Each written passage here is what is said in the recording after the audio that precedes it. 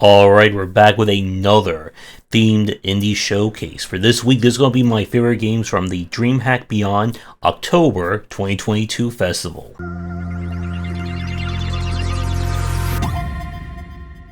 We are starting things off with Attack of the Karens. This is a roguelite shmup where 4 women, due to an evil alien invasion, have been infected with a virus that transforms them into evil cybernetic Karens, who are threatening to destroy the world as we know it. And in order to save the day, we are going to have to shmup our way through and defeat them. So the game itself plays out quasi-roguelite.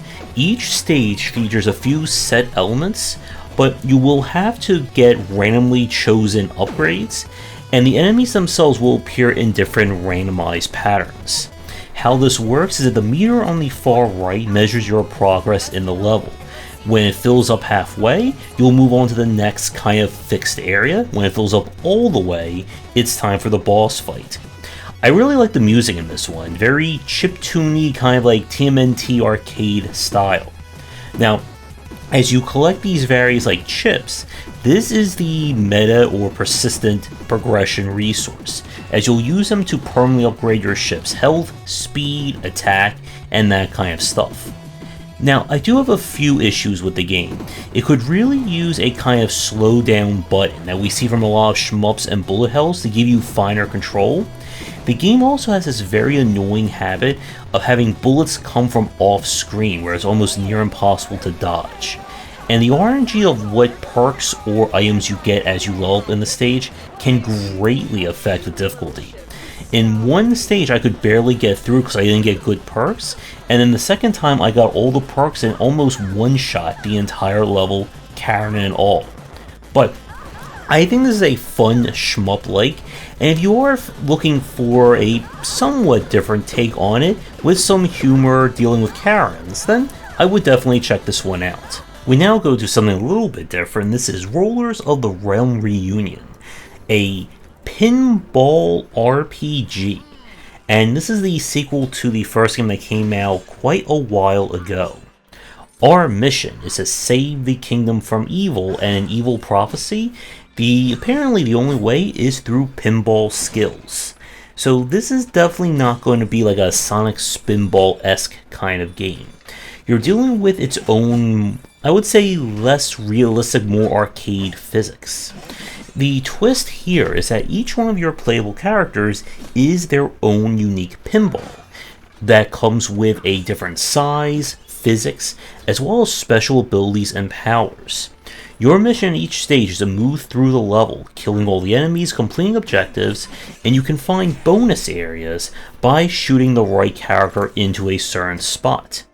As you play, you'll be able to level up your different characters / balls, which will allow them to gain new abilities or enhance the ones they have. And it's a very clever take on this kind of RPG design. Now, again, this is 100% pinball. Even though there is RPG mechanics and elements, at the end of the day, you need to be good at knocking that lovely ball around using your flippers if you want to make any progress. The game does boast high score lists, bonus areas, and additional challenges. And I really like this one. And there's definitely something interesting here about combining RPG abstraction with the more pinball elements, and I'm curious how far things will go in the main game if we get pinball bosses and things like that. So if you are a fan of pinball, I would highly recommend checking this one out. And continuing to shift things along, we now have Concerto on White. This is anime music-based game, where we have been accepted to a prestigious academy all about composing and playing music, and we are going to have to learn how to do it while dealing with anime characters, mysteries, and I'm assuming at some point we're about to fight evil. So this is a rhythm style game where you must match the beat as you move up and down on your chosen instrument. Each character that you meet not only has their own personality, but their own style of music. This will determine what songs you play, and as you get better with them, you will unlock higher songs, more challenges, things like that. So It looks all simple when you start a tutorial like this, but it can certainly get challenging. I would also highly suggest, if you're like me and you're also horrible when it comes to music, you should adjust the control so that the Y control is reversed. So that way down will move the notes down, up will move the notes up, that kind of thing. It will make things a little bit easier once you get used to it. But the fact that I was at least able to play this halfway decent, I think does show that there is something here. There is a greater story, there are items you can find, so I'm sure there's going to be a lot more for novices or virtuosos when it comes to music. And if you do like this kind of game, I would at least check out the demo. We now have DayDream Forgotten Sorrow. This is a kind of Little Nightmares-esque kind of design, where instead of exploring a very disturbing world, this is more on the, I guess, somewhat whimsically spooky side. We play as this boy and his apparently alive teddy bear who are trapped in a strange world. And in order to get out, we are going to have to explore, platform, and puzzle solve our way through. The big difference between this and Little Nightmares, for one, this one is definitely less on the difficult side, at least in terms of the general platforming. And this again is based on the demo that we played. Puzzle solving will involve you moving things around and getting the teddy bear to do certain things, or setting things up so that both characters are going to perform a task at the same time. If you die, you will checkpoint back to someplace in the room. My main two concerns with this game. The first one is that one of the big things you have to do is pick up the bear and throw him to get to certain things or to interact with certain objects, and there's no targeting reticle or any way to see where you're aiming. This becomes an issue with the 3D perspective because it's hard to measure depth of field based on where you're turning your character. The puzzle logic is also a little bit on the iffy side. The game, I think, could do a little bit better job of kind of signposting some of the things you need to do or what you have to do in the puzzle. And there were two spots in particular that I could not figure out what the game wanted me to do. And one of them was when I just stopped playing the demo. But the game definitely has a lot of charm to it. And if you are looking for another 3D kind of action-adventure puzzle game, then I would check this one out. But with that said, we're going to take a quick break, and we come back. We have a few more games from the Dreamhack Festival to show off here. And as always, if you're interested in my thoughts on design, then check out my game design books. For entry-level students, we have 20 Essential Games to Study, and then the Game Design Deep Dive series that takes an extensive look at different genres, with more coming soon. We now have Monospaced Lovers. This is a 2D platformer that is trying to be almost like all the genres rolled into one. Our story is that this girl here wakes up to find that she's in another world, and her phone has apparently been swapped with some kind of extra-dimensional being from the future. And in order to figure out what's going on, she's going to have to do what all little girls do, and that is dash, double jump, and solve puzzles in order to save the day. So the game itself is billed as kind of an open world style platformer.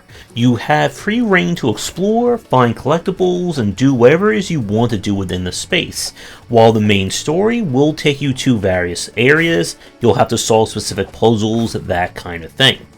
And from a platforming standpoint, it is very solid. Our character here responds very nicely, the jumping feels good.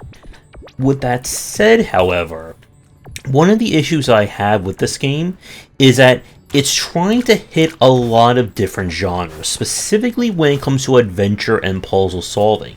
The footage that you're seeing so far seems like what you would normally see in any kind of 2D platformer. Then we get to the part where it throws a binary programming puzzle at you. I'm not kidding. The game will have a puzzle that will stop everything and you'll be forced to decipher and spell out words in binary. As someone who has no real sense of programming based skills and especially translating things from one thing to the next, this puzzle completely stops me in my tracks, and it raises a very big problem with this game. If this is supposed to be a 2D platformer, I'm not here to solve binary programming puzzles. I'm here to platform. And I'm hoping that with the finished game, there may be more affordances or even ways to just skip some of these puzzles, as the store page promotes a lot of heavy platforming, bullet hell style situations, boss fights, and more. So this could definitely be one to watch out for, or one that could be a frustrating time, and we will have to wait and see. And now we have Meg's Monster. This is a RPG where we play as Rory, who lives in the monster world when a cute little girl named Meg drops by. Unfortunately, Rory hates basically just about everything, and this presents a problem. That if Meg starts crying for any reason whatsoever, it will literally spell the end of the world as we know it. So it is up to him begrudgingly to go out and figure out how to get Meg back to her home and maybe learn something along the way. Now, the demo itself was definitely more focused on narrative over gameplay, but I like the kind of unusual twist of the story in this one. Our main kind of crux of the gameplay is that you are going to be getting into turn-based battles, as we all know. But the catch is, while Rory is, well, borderline invincible, every time he takes damage it upsets Meg, and if Meg gets too upset, that's what ends the battle. Now, I don't know what else they're going to put into this one in terms of mechanics or systems, but the story page does promise that this will be more on the short and sweet side, as opposed to being a lengthy 80 to 100 hour long RPG. And I'm definitely curious to see where this one is going to go, both in terms of story and gameplay, when it is released. And now we turn to Shapebreaker. Please keep in mind that this is taken from the early access demo that was on Dreamhack, and may not represent the current version of the game. It seems like with each festival I'm finding one really standout tower defense style game, and this one is going to be from Shapebreaker. The simplest way to describe this would be, well, Slay the Spire meets tower defense. Your deck consists of various towers and mods or perks you can attach to your various towers. Each turn you have X amount of energy you can spend on putting up new towers or enhancing the ones you currently have on the field. Beat the level, and you'll be able to choose a new card, and then you'll move on to the next kind of node on the map. Could be a shop, could be another fight, etc, etc.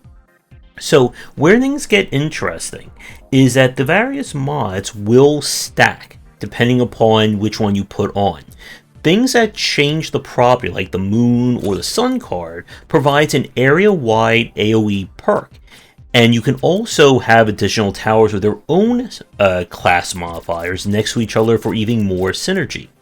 As you can see, as you place towers down, this will affect the pathing of the various enemies, unless of course you are dealing with air units, which, as we all know, will just fly over and cause you nothing but trouble. As the game goes on, you'll unlock more mods, more towers, more enemies will show up, and I really like this idea of a roguelike-ish tower defense game. I think my main concern about this game is that it doesn't really have a strong aesthetic, as you can see right here, which may hurt some of its mainstream approach. But if you are a tower defense fan looking for another one to check out, I highly recommend at least looking at the demo. And now we turn to Flooded, which I think this one may be the winner from the Dreamhack Beyond, at least for me. So this is a city builder with kind of a very interesting, mission statement. What if we combine the "you are about to drown" theme of Sonic the Hedgehog with a city builder? And we kind of go from there. The story is that the world is flooding as sea levels are rising for some inexplicable reason. And in order to survive, we need to rush to build up our infrastructure to get to the point where we can move to the next island chain and hopefully not drown with the coming tides. So the challenge here is that this is played entirely in real time. You can see the timer in the upper left hand corner ticking down. When time runs out, the entire island will flood one level. What that means, of course, is that tiles that you use to, well, let's say mine resources, provide power, or anything else, if they're caught when the tide rises up, they're gone. Your mission for each level is to complete various tasks that will allow you to age up. When you age up, it will unlock new buildings, new features, and will of course throw more things for you to juggle, such as using electricity to upgrade buildings, or start unlocking various researches and other options. The resources are gathered kind of similar to that of a Planetary Annihilation or a real-time strategy game where they're just always coming in or being consumed. As long as you have more coming in than going out, you'll gain that stockpile. Have too much going on and draining a resource, you'll need to correct it. And again, with each map, you only have so many minutes before things become harder and harder and harder for you. I really enjoy this one because it definitely plays differently from a lot of the other city builders we've looked at. It reminds me a little bit of that one we play where you only have 30 minutes to build before the end of the world. And it's interesting to play a stress-inducing city builder. So if you don't mind stress when you're trying to plant down your buildings, I highly recommend this one. But if you're someone who likes to take time and be very meticulous with your buildings, this may not be the best game for you. And for the last game of our video, this is Beyond the Long Night. This is an action roguelike where we are tasked with trying to escape from a mountain and reach the surface. And we are going to do that through one of the more cuter conveyances, and that is via balloon travel. So the game itself is definitely more on the action roguelike side. The areas will be procedurally generated, I believe, on each run or randomly shuffled. Your mission is to explore each area and move from biome to biome, collecting more balloons, more weapons, and try not to get popped along the way. Now, from playing the demo, I'm not sure how far this is going to go in terms of difficulty. The game hints that there will be carryover elements or persistent elements from each run in the form of learning more about the stories of the various people, which may unlock new things, features, etc. But if you're someone looking for an action roguelike and you find stuff like dead cells, biolizing, and so on to be a little too extreme, this looks to be a very solid alternative for kind of on the, again, it's hard to tell for the demo, on the easier side. But with that said, we're going to wrap up our Dreamhack Beyond Indie Showcase. Thank you for tuning in. As always, you'll find links to all the games down below. Do that liking, subscribing, and commenting. If you'd like me to tickle your game for a future stream and video, please reach out. Be sure to visit our Discord and Patreon link down below, and come back for daily discussions on game design here and on game wisdom, where we examine the art and science of games.